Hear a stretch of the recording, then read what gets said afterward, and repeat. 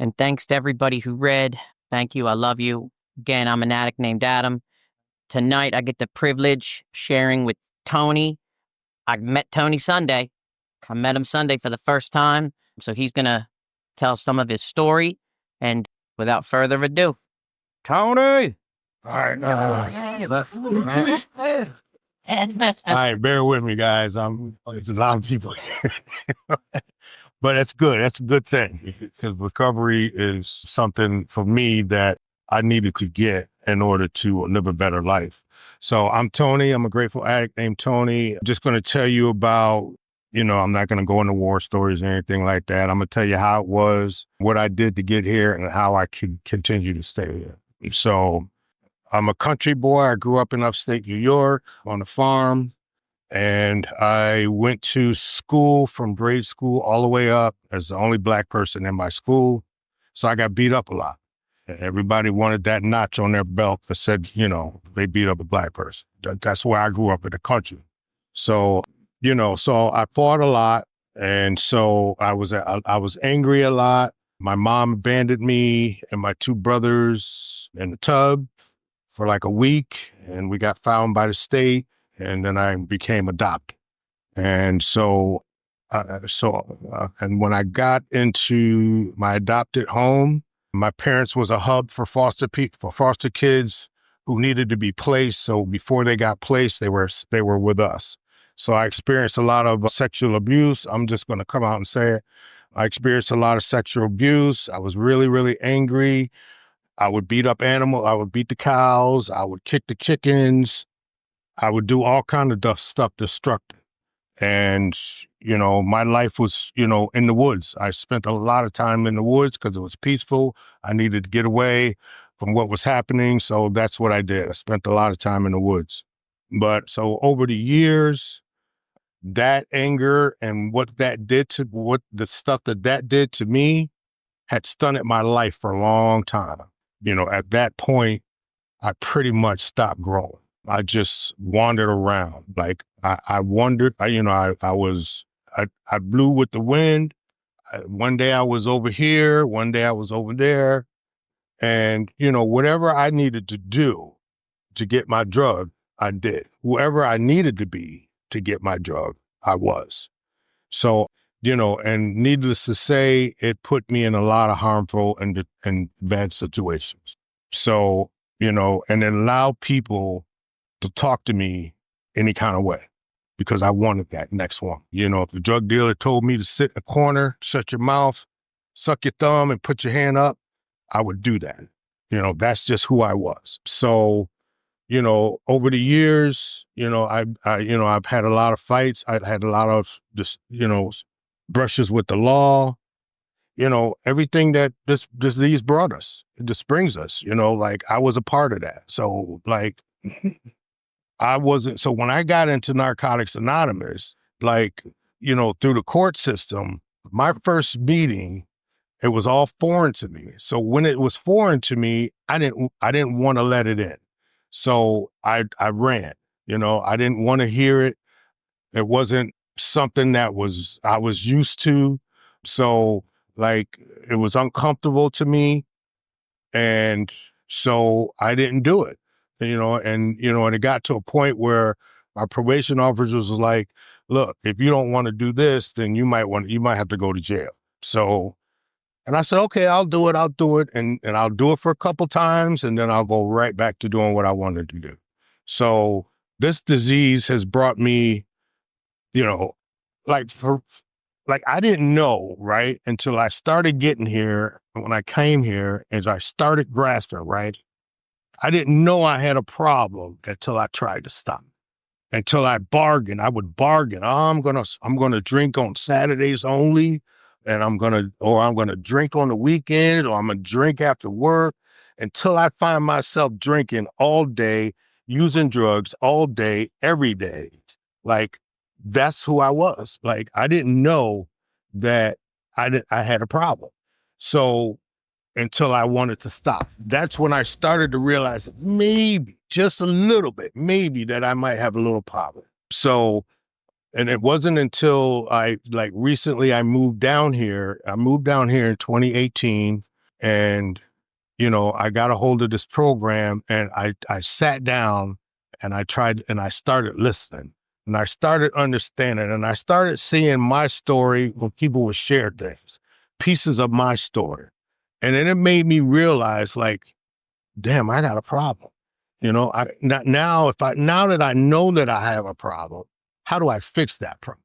And so for me, it was just like, you're asking for help. Like, once I asked for help, like, the love that came in, the questions, the answers, all these things started to make sense to me. So, you know, one of the things right now is that what keeps me here is I just stay connected, right? I stay connected on a regular basis. I did rehab a couple of years ago. I did rehab, and I got out of rehab, and I instantly got connected.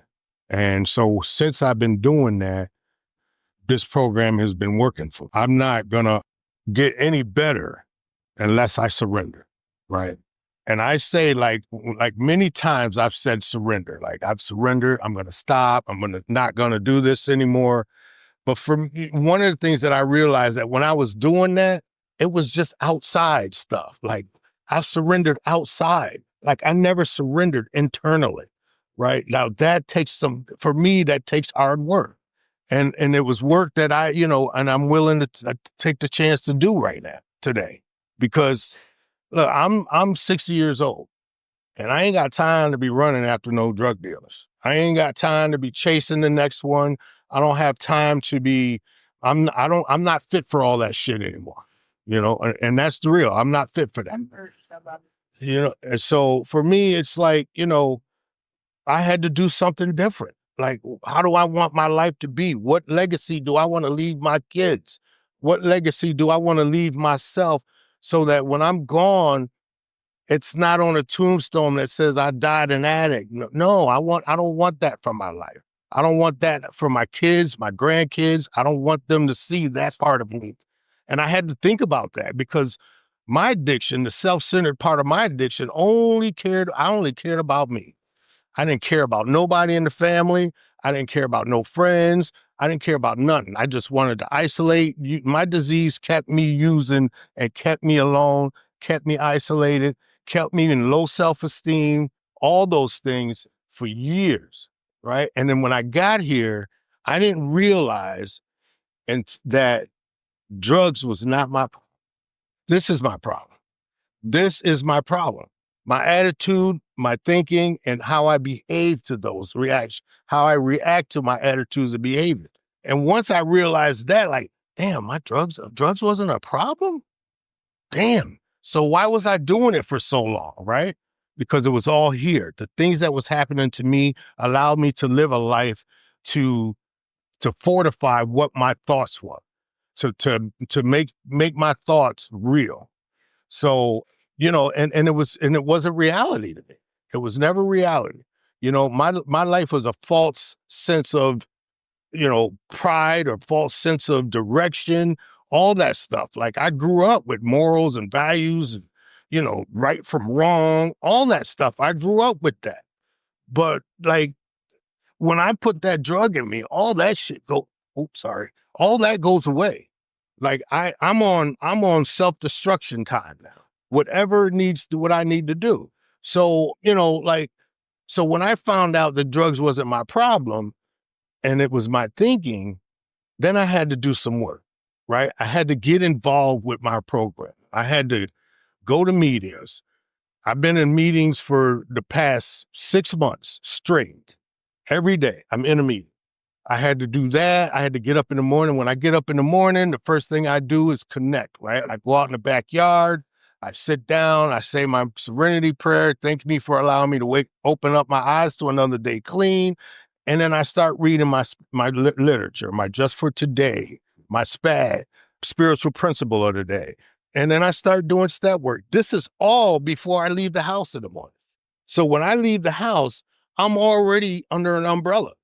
So it's hard for me to get rained on when I'm under an umbrella. Like, drops of rain for me is different defects or different things that could happen through the course of a day for me that allow me to act out or do something stupid. So I got to make sure I don't get rain on me, because if I'm not paying attention, my thinking will veer off like that. And next thing you know, I'm doing some stuff and wondering how I got here, because at the end of it, I'm using. So for me, I got to make sure that those things are in place before I leave the house. And when I come home, at the end of the day, I'm coming home from a meeting. So my life today is centered around 90% of the time in recovery. Because it keeps me busy. Like, I'm always doing something that's involving my recovery. Like I've learned about the balance I'm learning about the balance of this program, right? Like family, giving to others, service, my recovery.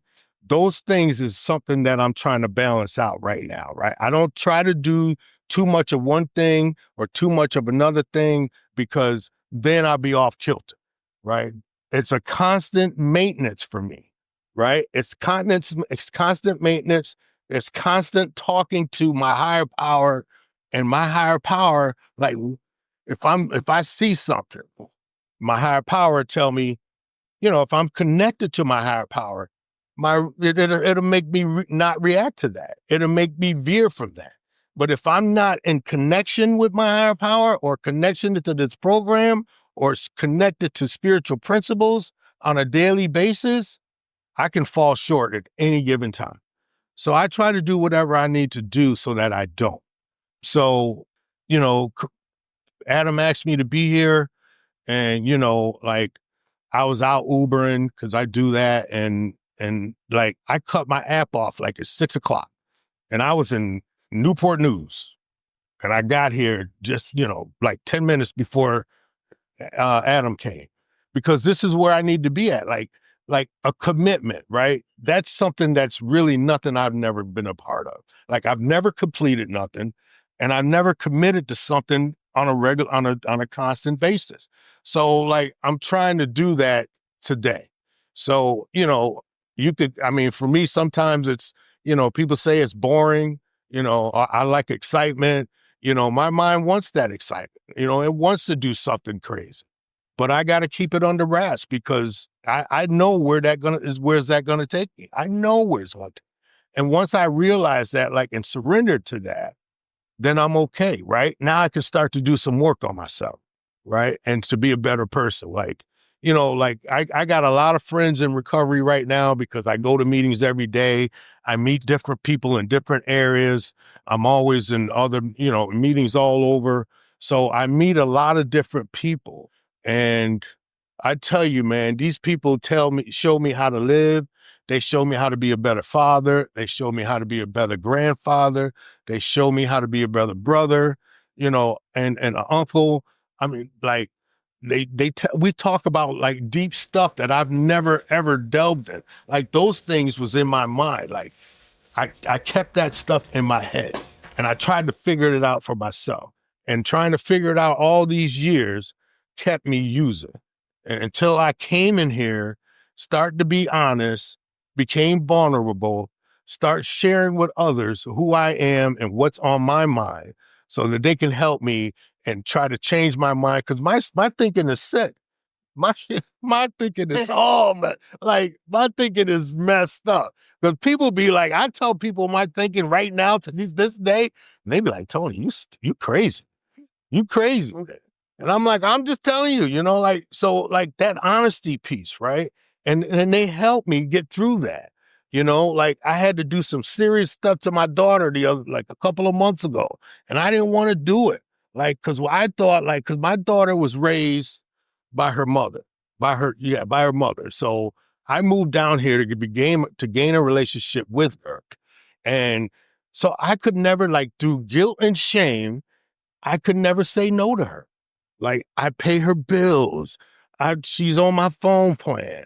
All this stuff, right? Like, she's on my phone plan and don't even answer when I call. You know what I mean? So, like, but like, I don't want to say no. I don't want to cut her off, right? So I had to do something like a couple of months ago that really, like, I had to set a boundary with her. I had to do something And she's not talking to me to this day. And that's okay, right? That's okay because I'll keep texting her and eventually one day she'll text me back.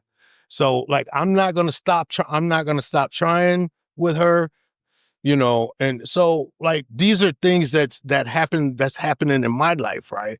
Like we go through life things like in here, like real life stuff, like serious real life stuff. And if I take those things for granted and play with those things, and it's only going to hurt me.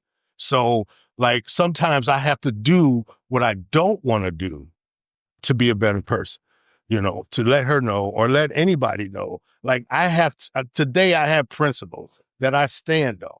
I don't no longer go with the wind where people, whatever. I don't want to be fit in. I don't fit in with, like I'm not that guy anymore. Like I've always wanted to fit in, but I don't have to fit into them. I can stand on who I am and stand on my principles and learn to live one day clean. Because all I got is one day. Like I don't think about tomorrow or the next day or next week. I'd stay right here. I stay right here in the day, and it keeps me free. It keeps me at peace. And I like, this is the only thing through whatever's going on in my life, good or bad. This program is the only thing that ever made sense in my life. Like religion didn't, church, I tried churches, I tried rehabs, all these things didn't make sense to me until I got in recovery. So like, and it doesn't matter what I'm going through. As long as I'm staying clean, I got a chance to get through it clean. So I have a lot of evidence that I can do that. So if I choose to go back on my evidence, then that's only saying that I want to do it. I chose to go back. I chose to use because I have evidence that I can get through this clean. So why would I go back? So I have to learn. I had to learn these things. Like this is like one of the things that I had to really start doing on a regular basis, and I'm doing every day is like practice, practice, practice, practice. That's all it's about. Like, and I do that on a daily basis. And when I say practice, like that means I'm not going to get everything right during the day. I'm not going to do everything right. You know what I mean? I'm not going to get it right at all times. I'm not going to be perfect at all times. Right. So if I practice, that tells me that I'm not perfect like I thought I was. And when I realized that I'm not perfect, boy, that freed up a whole lot of stuff for me.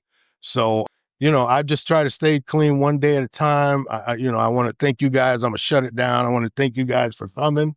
It's a lot of people in here, and I'm glad to see you all. And I hope, that you guys get out, make a meeting, 90 and 90, get a sponsor, work some steps, because that's where this program lies at. This is what makes you a better person. Like we dream about all these things. I dreamt about all the things that I ever wanted to be. And now I have a chance to start working on those things. You know what I mean? So we're like, I know, no doubt that I'm better than what I'm doing. You know what I mean? So you guys have to realize that you are better than what you're doing. You know what I mean? So, and once you start to tap into that, like the freedom from that, building on your self-esteem, growing, learning stuff about yourself, learning things about others, and those things are important.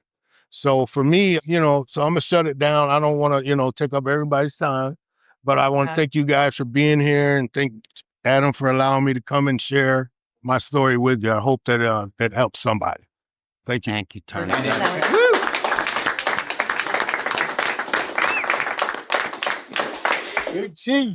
My name is Adam. I'm an addict. Yeah. Thank you for coming out. Your story was like really powerful. I've been here since the 21st, and every meeting that I come to, like I'm learning a lot and realizing that recovery is individual.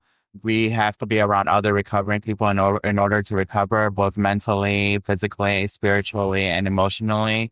And this is like a perfect program. This along with like AA, like no matter what we choose, like this is a perfect program. It teaches us real people skills, how to handle situations that we didn't know how to handle, and also to be a more productive person and a person that stands up for themselves and does not let other people walk all over them. Right. And so that is like what I learn like every day. And like, I thank people like you who come out to share the message. My pleasure. Thank you, Brand. Thanks, Adam. I'm an addict named Adam. Hey, Adam. Hey, I love y'all too. Yeah, I wasn't here last week. And so y'all had Sean, right? Sean was here. Sean spoke. And Craig J. Should have been a double twosome. I got to celebrate 7 years on August 2nd. Not by the grace of God. I mean, I promise you, I don't do anything. Like I was born. I'm pretty sure I need it. So first it was Cheetos and boobies for me, right? And so like that's what I needed. And then when I didn't have it, I was in pain. And same with dreams. I'm a huge dreamer. I love dreams. Man, I love to nap. I remember my dreams because I could escape. I could leave. And I used a lot with my parents. I share about that all the time. Like, and they're gone. Mom, we have methadone in the fridge, crack with my mom, shot her up, living across from recovery. I do talk about war stories a little bit. That's just kind of where I still am. And then what we find out in recovery, I do is we're all at different places. Sponsor and sponsorship. He's still 60 years old. I'm 42. Like there's still things that he's experienced, and just because I have 7 years clean, right? And maybe I've gotten we're all at different places in our recovery. Like my first 4 years in this time were just, I went hard. I had come in and out for 10 years, and got the white key tags. I'm only going to use this drug, only going to use that drug. And then this time around, I don't know why. Look, I know the numbers. Like when lost dreams awaken, I'm a doctor. Like crazy. I never fathomed that. I never fathomed that. That I'd get to present. Yeah. You a real doctor? I'm a motherfucking DOC. Now look, see, that's my ego. But look, hold up. Look, that's my ego. And they are starting on sometimes when they're like, Dr. Adam, but look, on the real, they're like, I still have an ego. Yeah, it's crazy. I get to give a speech in Atlantic City coming up, Vienna, Austria, Alabama, and it's families recovering from alcoholism and addiction. It's not a NA thing, but it is on the low an NA thing. Check it. I was 35 years old before I quit using, being Elmira. And Elmira would squeeze the dog, right? And you ever see Elmira from Looney Tunes? She had the crossing bones. Like that's where my disease took me at the end. That like I'm just squeezing the life out of everything, and look, trauma, we've all, I heard you share 2 weeks ago, I've never had to go to prison, I got kidnapped at 5, right? Like we've all had shit that happened to us, working these steps though, like, man, he shared some things that were just so profound to me. The disease concept, like, okay, going outside with the umbrella so we don't get wet. And then I'm like, well, damn, like 77% of the earth is water. And a baby in the womb is like 90% water. Like so the disease itself, y'all, I am sicker today. I am sicker today than I was August 2nd. And then when he said, if he chooses to use, I say, well, you mean if he chooses not to recover? That's how cunning and baffling the disease is. Like, man, I swear to you, I can remember being 18 and, pulling a line of Oxy or something and looking in the mirror and my disease saying that I'd be sharing Narcotics Anonymous. Like, it's right here. It's right here, cunning, baffling. I don't know why so many of us don't make it. I don't know. Like, and what he said, like, I had to change everything. Like, I never volunteered. I would get all with my mom. We listened to John Lennon. I thought I was real spiritual, because I get cornrows. I was a gospel disc jockey in Baltimore City, right? So, like, I always had to wear a mask, Michael J. Fox, a rap, right? Like, I had to put on something, and I thought that I was so cultural. I've never even left the country. I've always had toilet paper. Even when I went to jail, I had toilet paper. Like, I've always had it so cush, but yet my thoughts, I had misconceptions, especially about relationships, not just like with myself and God, because I was really screwed up there, but women. Like, man, well, I didn't know the difference between sex and intimacy. I saw porn. I was like 5 years old. So I never lived up to that. You know what I mean? Like, I had some issues there. So scared, so afraid. And like using was so natural. I don't know.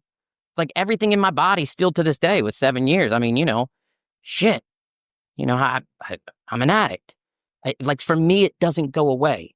If I don't hear it a little bit, then I might be in trouble, And so like I had to I don't know why I surrendered this time, y'all. Like I don't. Like I swear to you, the last thing I want to do is come out, I don't know why.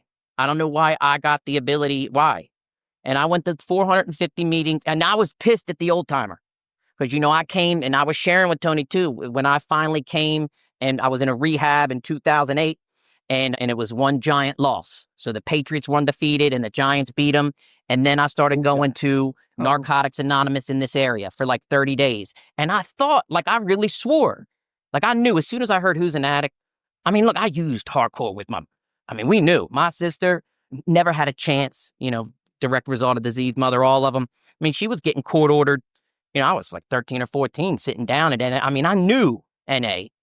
It wasn't until I saw this show about the other fellowship, right? Because I like to get high and low at the same time and probably touch myself too. If you're an addict like me, like I'm going to get high, but then, okay, well, I need to do some other shit too. Mm-hmm. That's just how it's progressed with me, So when I found out about that other fellowship, the ones that we adapted those steps, man, I really connected. Because now I knew where Jimmy K and all these addicts, and I mean, look, Bill W. and Dr. They didn't work. They were just like us. Like, going to meetings, praying, right? Like, I mean, they only had one meeting a week, and then the family members, the mothers, everybody had to recover because, like, it's such an insidious disease.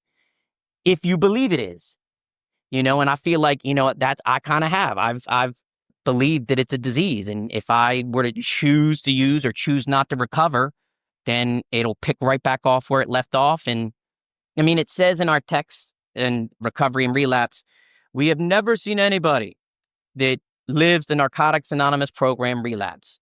But you notice we don't read that at the beginning. They almost kind of hide it, right? And it's not my place to say what we should change, but cunning and baffling, I worked steps. I don't know why it was different this time. And then COVID hit and I was scared, and I did the Zoom and I still do Zoom now, and I always am like, I smoke grandfather crack. I don't know if y'all ever did grandfather crack where you've been up for like 5 days and then you're like, come on, he's still got some shit. And then it like just fucks everything up. What a way to end that 5 days running, right? Like I did that. I always knew what drugs I was putting in my body. Oh, it's a 10 milligram, I'll take it. Or it's a 22, okay, right? I mean, alcohol is a non-negotiable, it was always on the table. Blunts were always on the table.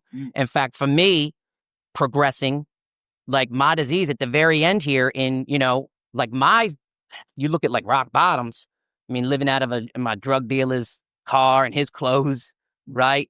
And then everyone dying to then it's like I get married and she's a prosecutor. Right? Like all this great stuff. And I can't stop smoking blunts. Like insane. I can't. I'm that guy. What's it from Half Baked? I won't be. I don't know. Maybe. With Bob Saget. But it's like, seriously, it was as soon as I woke up, I had to roll one. If I woke up and I had to have one lit the entire day and I had to smoke myself to sleep, which I didn't. And if I fell asleep, I better wake up and have one. It's this power. It goes back to those Cheetos and boobies. Like I wanted to feel like I had something that I could control. Like putting a feeling on top of, man, I all that trauma I've gone through, all that stuff. I don't like this feeling. I'm going to get out of it. And man, rigorous work. It takes work. He's right. I mean, 7 years and I swear every day, non-negotiable. What have I done? I've gotten on my knees and prayed. In that first year, I was praying everywhere. I was praying in bathrooms. I didn't care. It was my thing. But getting down on my knees and doing it, right? I mean, because, I would be crawling in rooms that I never smoked in. But I won't get on my knees and just say thank you. So I was like, let me try to do something different. The step work. I mean, look, there's that one step writing book, and it's a lot. It is a lot. I mean, especially, and I told you I'm a doctor now, so I was in school for all those years. I mean, it was like, I wrote. Are you a medical doctor? I wrote, I mean, I can save your life with CPR, but I can't prescribe you. I'm a philosophy doctor. And so like I wrote so much and shared so much, and it was so profound, and I had this spiritual awakening. I really did. Even on the sharing my 12th step, I had my first son, and it's like, yeah, and it is like, I mean, I swear my niece, my sister, 1 pound, 7 ounces, baby Sarah was. Like, she was a record in Baltimore in 96. Like, her head was so little, needle. That's where they had to do the IV in her head. Like, she was addicted to heroin. And then, of course, my mother, who's using pain before it got crazy. All right, well, we'll adopt baby Sarah, and then my sister and the brother-in-law running. And we think he had a hand in both of their deaths, my sister and my mother, 3 months apart, and some crazy. I've worked steps, and I realize now that, well, that's the disease of addiction. But I did have to pray for his health, his prosperity, and his happiness, because there's still a part of me, because I'm still a disease. I mean, come on, we could just go. Just put one right in his head. No one will know. Like, that stuff doesn't go away. Mm-mm. Even working all those steps, right? It's like, or I got to get the umbrella in the morning. Like, I wake up every day. I'm an addict. I have to. It's like I have to, really, really do. I didn't know that we volunteer. I didn't know that at some point God or whatever, higher power, allowed me to get a bird feeder. And so I feed birds. It's like, I remember, man, I was always the fucking birds again, right? Yeah. And now it's like, and that's part of kind of had to change everything, really. Like, even the radio, the music. I mean, I got the app now. Chapter 1, Who's an Addict? And I'll read it to me, or let it, because like, I'm older. So I'm 42. So I feel like shit a lot. And I got 2 kids, little babies, and that's a blessing. But it's like, man, I'm always in withdrawal. I kicked methadone at 18 at that gospel disc jockey. So like, ever since then, I've been like permanent withdrawal, right? And I think the misconception is that's just life. Life is hard. It's like, man, but Narcotics Anonymous, I'm not alone. Like, I'm not alone, and I know the people that, like, I swear to y'all, lost dreams will awaken, like things that we had no idea that we get to do.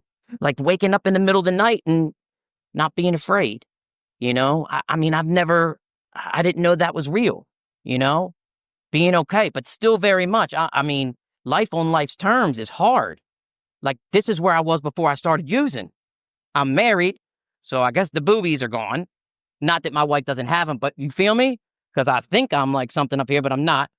I don't want to have a heart attack, so the Cheetos are gone, right? I can't use drugs because I am between a recovery and a rock, right? Or a rock and a hard place. Like, today I can't, at least until the midnight. Like, I can be humble enough to tell you that I'm not going to use tonight till midnight. I mean, I'm here with you guys. I hope not. Like, and that kind of sucks.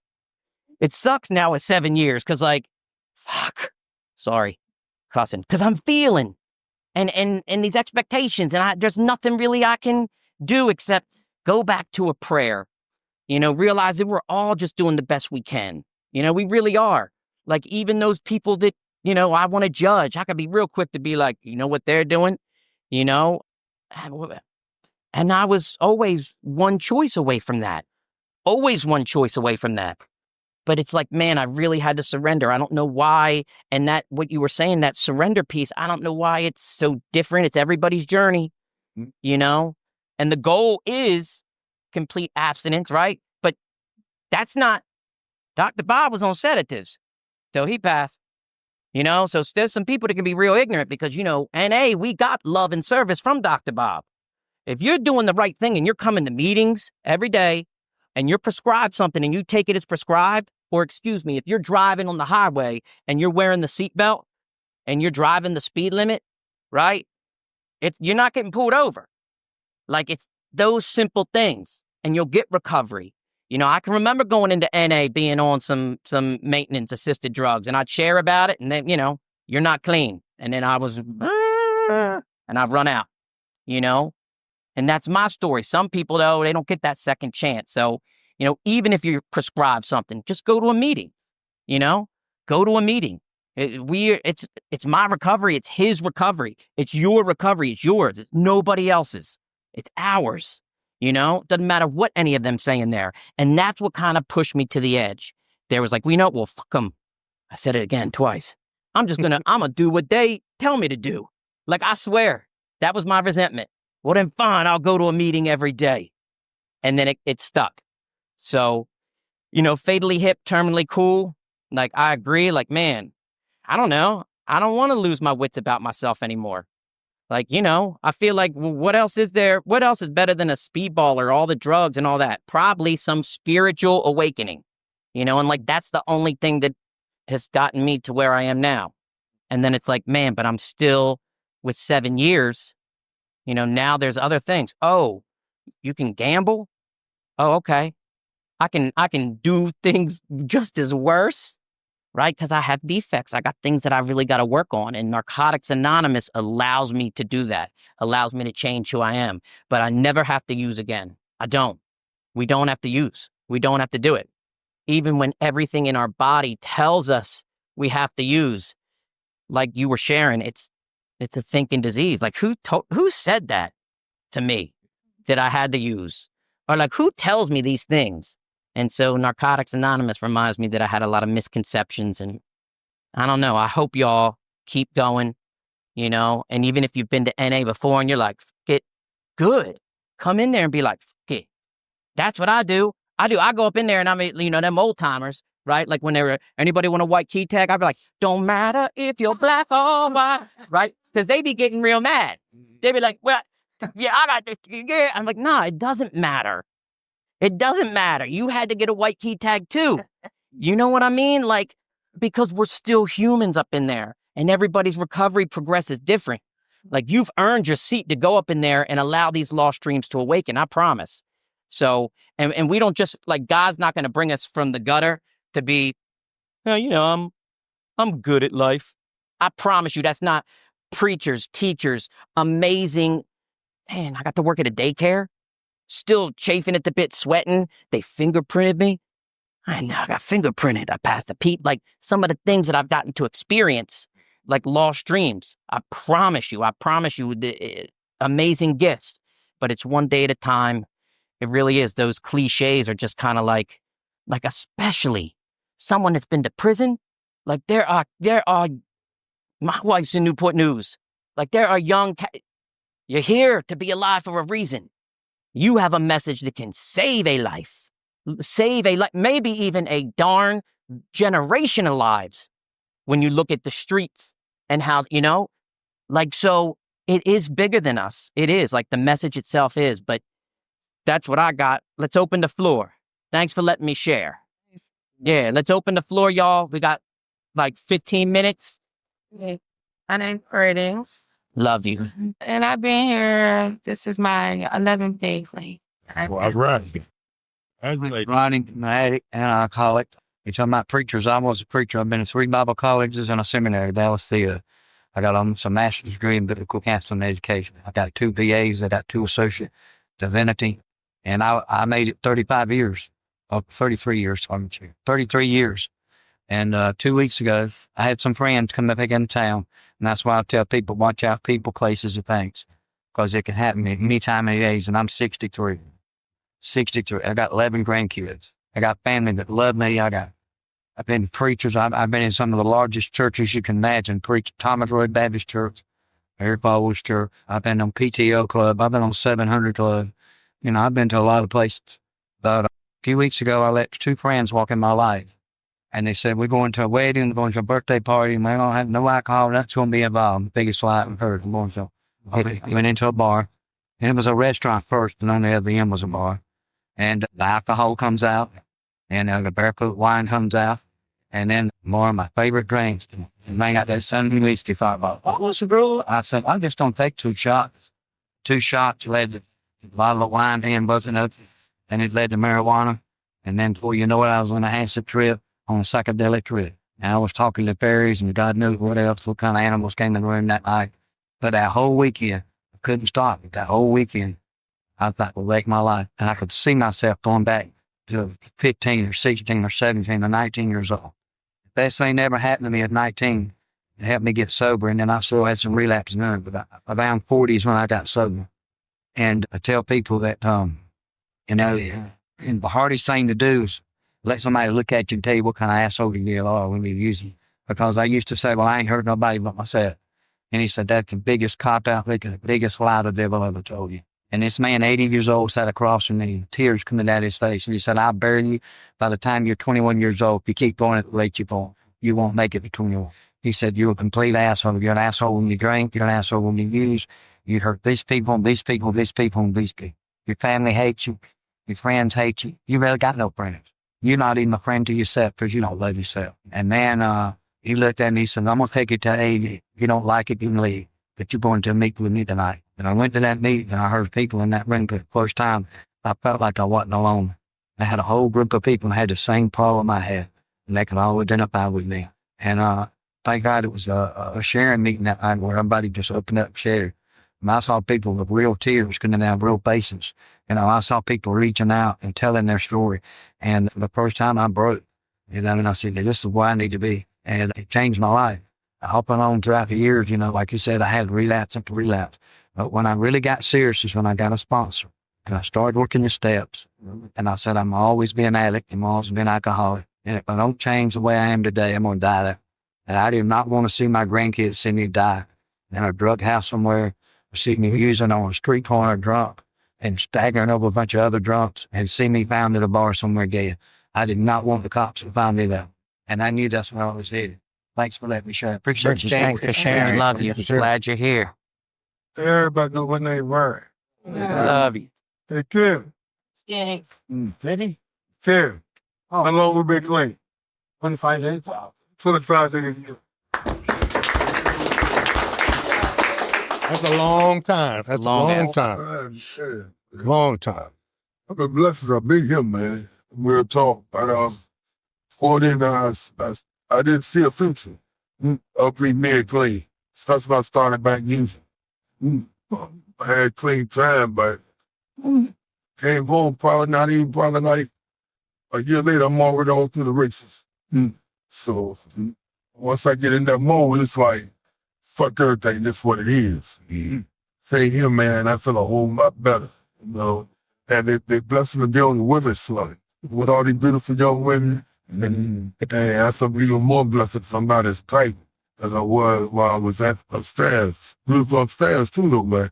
It's like you got to get tight, you know. We're a bunch of dudes like that, they kind of keep tight, you know what I'm saying? That keeps chest out and stay on guard. It's not the same down here, so I feel a lot better.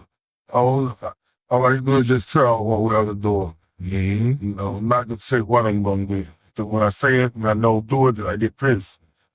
So, And I use. Need to. that's where I'm at right now, man. God bless. God bless. Yeah, that's where I'm at. Thank y'all for that. Amen. Thank you. Thanks for sharing. Yeah, when I tell myself I'm going to do something and I expect it to happen, that's a setup. I'm set up every time. Because when I don't do it, the first thing I do is get all in my feelings and get hurt about it. And then the next thing you know, I'm using. So this is a feelings disease, you know? So whatever I feel, whether I feel good, sad, mad, glad, all that, I'm a user. I've used over all those feelings. It's a good day. Oh, let's go use. It's a rainy out. Let's go use. You know what I mean? So like, you know, it's snowing. Let's go use. You know what I mean? So like those like I used on my feelings all my life. So, you know, if I say something that's going to mess up my feelings or get me in my feelings, I got to get some help to get up out of that. Because if I don't and I keep it, I'm going to use. Eventually, I'm going to start that relapse process. And I might not pick up the drug, but I might pick up a woman. I might pick up some clothes. I might pick up a pair of sneakers. I might pick up, you know what I mean? Either way, I'm using, right? I just haven't picked the drug up yet. I might think too hard and not go to a meeting. Not go to a meeting. And it's only an hour. Like, I couldn't fathom that. Like, I mean, if you told me to get up at 2:30 a.m. to meet you know who, you know, while my wife is, you know, going through whatever, I will leave Thanksgiving dinner, right? I would do, but like, man, a meeting a day, you know. I'll be there at 12. It's hard. And I guess it's hard because, like I said, if you're addicts like us, me, we've never lived that way. It's like we're just doing a 180 and yeah. It's uncomfortable. Yeah. It's uncomfortable living like, like being on the right side of things. It's uncomfortable because I've never experienced it before.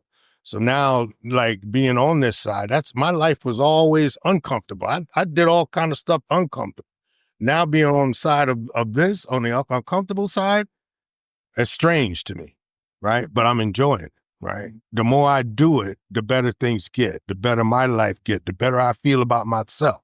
Gets better. So, it's a win-win for me. That's a blessing. Yeah, it's a win-win, I mean, and like he said, I don't do it all by myself, God is a big part of my recovery, big part. And I'm like, and I'm not like, cause when I grew up, growing up, I didn't believe in God, right? So my God is spiritual. He's loving and caring, right? So like, I don't, the best thing for me that I can interpret how my higher power works is good from bad. Am I going to do good? My higher power's will for me is good. My will is bad all the time. So I have to stay in my higher power's will, so, and it gets better. I mean, I've never thought that I'd be where I'm at right now, so like helping others, being there for others inside of NA and then outside of NA, so like, it's beautiful, man. It's hard to explain, man, like that feeling that you get. And so I encourage you guys to keep moving forward. Keep moving forward. Please. You know what I mean? So, and if you fall back a little bit, don't get discouraged. Don't beat yourself up. Jump back on it and keep moving. Keep moving. Because we're going to get that. We're going to get discouraged. We're going to fall back a little bit, Just always put your foot forward and keep doing the best you can. Now, I will say, though, I used to do this. Oh, well, easy does it. I'm and not do it, right? Like, so it's such a balance, like he said. Mm-hmm. Like, there still is a sense of urgency because, a little bit of that, anything, just, it's spiritual in general. Like at some point, where did I forget that spiritual? Mm-hmm. And me too, with and being a gospel, I was like, wait a second. Why is Jesus whiter in this picture, in this church, right? White Jesus. But then I come to Narcotics Anonymous and I realized that billions of people believe in religion. Billions, the whole world, whether it's opposite or not. So like, I guess I'm a little bit different than the billions of people. What are they, sheep? No, it's just how it's always been done, and like, can't I just drive the speed limit and like use that nice toilet paper that I got and that AC and be clean and to be thankful, kind of it's always been done. And that's okay. Like even in some of our readings, it'll say God and then he, and people get all mad. Well, he, blah, blah, blah. Well, they wrote this in 1930, so a lot of times we go into NA and it's like a lot of the message we're getting is from 100 years ago, It's like what? The Civil War ended in 1865. MLK gets assassinated 100 years later. Like it takes time for change to really, fall into place. And so instead of like, I really had to try to associate and not be different. Like and that's hard. The relationships, trying to form relationships, like, dang, I got to get a sponsor and then I got to call them. But like, I don't know. Like there is a lot of love. Like I'm telling you, I just met him Sunday. Like, and I mean, then he shared like, I love him. Like I love you all. I know y'all have gone through pain. I can't even fathom what else, we all go through. Like, I know you all in a sense. So it's like, at least we have that in common, Okay. Better than thinking about getting clean. Being high, thinking about getting clean. Yes. Jay? Hey, Jay, love you. I want to thank y'all for coming out, first of all. Second of all, being we talked about the struggle that you're having right now, like just trying to discern the balance of the name and your work life and your family. That means everything to me. As a newcomer who has some resentments for NA and the innate ways of NA, mom and daddy, their mamas, their daddies, they had resentment. My parents had resentments, but they had to, learn for themselves, and that's kind of where I'm at right now. hey, mom and dad, I'll show you how to fucking party the right way. I can do it and be successful. Watch this throughout my entire 20s. You know what I mean? And this shit caught up with me. Fire, and I feel like, bitch, you didn't burn down, girl, you know? So here I am. So that it's really like refreshing to really hear, you know, parents and men and women come in here and talk about that they're concerned about the balance. They want everybody to be cool and, you know, show up for all different parts of their lives. So that definitely like made my heart feel a little light tonight. You know, to hear and know that, you know, people in NA they're thinking about all of it. You know what I'm saying? So thanks so much. Thanks, Jay. Love you. Hi, my name is Michelle. Hey, Michelle. Love I'm you. an addict. I'm 60 years old, and Welcome to the this club. time around, Welcome to the club. this 60 time club. around, I went to detox about 3 times. Okay, normally I go when my back is up against the wall, PO, whatever. Okay, I ain't on no paper or nothing. I came in here and did this myself, you know, and I was getting high one night and I remember running out the house from this guy. I think it was demons blocking my eye because that man did not try to hurt me, you know, and then I seen him again. He said, Michelle, they were demons. And he said, God wants you to know he still loves you. And it's time to get right. Do you want to go to hell or do you want to go to heaven? You know, I have never gotten high with something but I don't even know how I got, but I ran out the house. Because I wasn't familiar with his neighborhood, because I left here 2017 to go to a program in Alexandria, and I've been up there ever since. Oh, I come home to visit my family and stuff when I'm doing right. Because I'd be ashamed when, you know, my parents and I'll be seeing my sister and my daughter still here. And then she got me on the phone and she was like, Mom, because I was high on cocaine. And me, I don't like, my eyes already big. I like to be mellow. So if I don't have the oxygen, you know, Barzan. I did a little bit of Dahmer. Or she heard that mess in my voice. And I'm like, what? I did like cold. But good thing I did because she was like, Mom, I'm tired of you telling me you're going to do this. Mom, I'm tired of you this and that. I can't blame her. I did tell them I was going to get it right. I just didn't know how. You know, and with him telling me that, like a light bulb went off in my head, and I'm like, I'm 60 years old, man. No, I want to die like this. You know? But anyway, thanks for letting me shoot. I love you, Michelle. We made our hour a little over. Is someone willing to read the just for today? All right. Evening, everyone. My name is Ryan. I'm an addict. Hey, Ryan, love you.